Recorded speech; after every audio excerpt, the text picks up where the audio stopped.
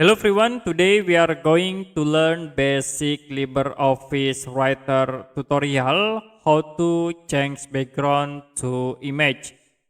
To change background into image, you can go to Format menu, click on Page Style, and will be shown for the Page Style dialog box. Now you can go into the Area tab and then click on Image button.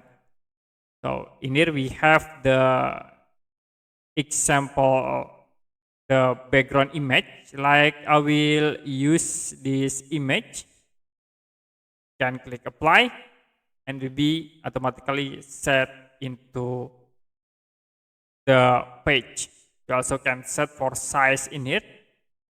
For width, like I will set into 40.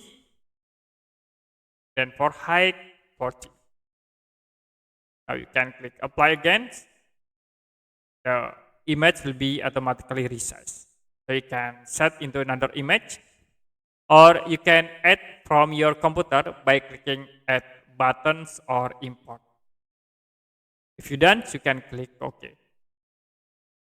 To set into default, you can go back again into the page style, and then in here you can set into none.